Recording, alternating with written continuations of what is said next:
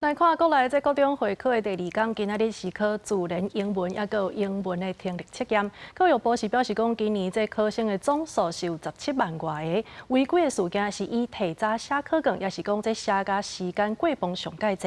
也若国考的题目也有答案是会公布伫会考的网站顶头，成绩单6月初6就会寄出去。8号最后时间复习，高中会考进入第4日，第一届自然科主要附生物理化地考等部分，所在附中考场的学生拢表现甲较自信。英文可能有待加强，但是自然科我觉得应该可以。对，超有信心的。为什么？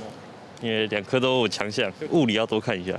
第一届的自然科有考生提早交卷，学生表示图表出题比例悬，爱细致看才能好好解题。就是图案出现的几率会比一般的题目还高，大部分看得懂，就是题目的叙述都是蛮能理解的。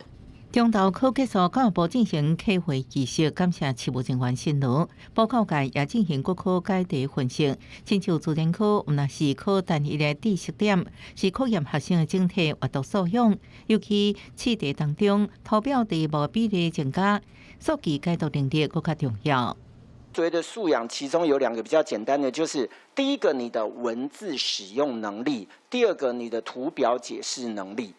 那如果以白话文来讲，就是你要看得懂题目，你才知道他问什么。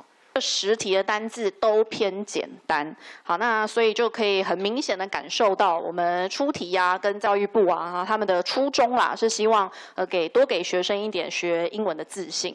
教育部表示，今年考生总数差不多是17.5万人，18违规事件提前或者是超过时间上限，初步回报差不多95件。第二是随身券，毋是考试的用品，差不多是64件。国考试题本甲参考答案18会公布伫高中教育会考网站，成绩通知单伫6月初6寄出，也已上网络查询。记者综合报道。